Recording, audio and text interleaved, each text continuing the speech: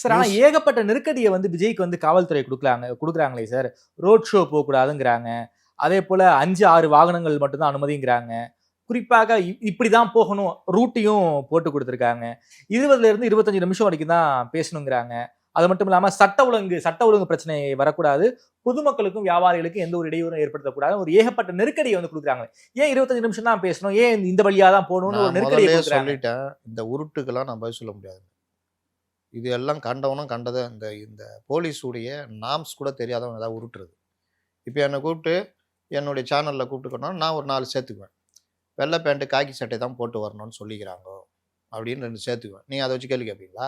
Shoe போட்டு வரக்கூடாது. செருப்பு தான் போட்டு வரணும் அப்படின்னு சொல்லிக்கிறாங்க. வண்டி ஃபுல்லா கிரீஸ் தடவணும் அப்படின்னு சொல்லிக்கிறாங்களா? சேர்த்துக்குவீங்களா? இவ்வளோ நிமிஷம் தான் பேசணும்னு யாரையும் கட்டாயப்படுத்த முடியாது. ஓகே. கூட்ட நெரிசலை உருவாக்காம இருக்கிறதுக்கான அனைத்து இதுக்கும் காவல்துறைக்கு சார் இதுவே உதயநிதி ரோட் ஷோ போனா ஒத்துக்கிறாங்க. ஏங்க அவர் இளவரசருங்க. நாளைக்கு விஜய் சிஎம் ஆயிட்டாருன்னா, உதயநிதிக்கு இது நடக்கும். விஜய்க்கு அது நடக்கும். அவ்வளோதான். இன்னொன்னு சொல்றேன். இவர்களை பொறுத்த வரைக்கும் விஜய் பெரிய பாதிப்பை நமக்கு தான் ஏற்படுத்துவார்ன்றது அவங்க ரிப்போர்ட். ம். அப்போ அவர்கள் ஆட்டோமேட்டிக்கா விஜய்க்கு என்னென்ன இடையூறு அவங்களுக்கு ஒன்றும் புரிய மாட்டேங்குது. கம்முன்னு விட்டாலே அவரே 5 நிமிஷம் பேசிட்டு போயின்னு இருப்பாரு. அவங்களுக்குள்ளே குழம்பிக்குவாங்க. அவங்களுக்குள்ளே தாவிக்குவாங்க. சார் நேத்திக்கு அவர் புஷ்யானந்த் மேலலாம் வழக்கு போட்டிருக்காங்களே சார். அதெல்லாம் ரொம்ப ஓவரு. ஆனா நான் கேட்குறேன், இவங்க பண்ற கூத்துலாம் இருக்குல்ல, ஒரு பொதுச் செயலாளர்னா உங்களுக்கு அது புரிய வைக்கிறதுக்கு நான் சொல்றேன். அவர் யாருக்கு ஈக்குவல்? அதிமுகல எடப்பாடிக்கு ஈக்குவல். ஆமா. திமுகல துரைமுருகன் ஈக்குவல். ஆமா.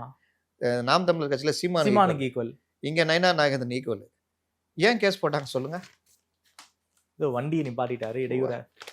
ஏங்க இந்த போலீஸ் கொடுக்குற மனு இருக்குல்லங்க, அதை கொண்டு போய் வச்சு பூஜை பண்ணுகிறாருங்க. பார்க்கலையா நீங்க? இதோ கோவில் வாசல்ல தான் ஏதோ பிரச்சனை அதுதான். அப்படின்னாங்க. போலீஸ் கொடுக்குற மனு எவனா கொண்டு போய் பூஜை பண்ணிருப்பானாங்க? அங்க போய் பரிவட்டம் கட்டின்னு பூஜை கட்டின்னு லைனா வண்டியை விட்டு இருந்தா கேஸ் போடாம என்ன பண்ணுவாங்க?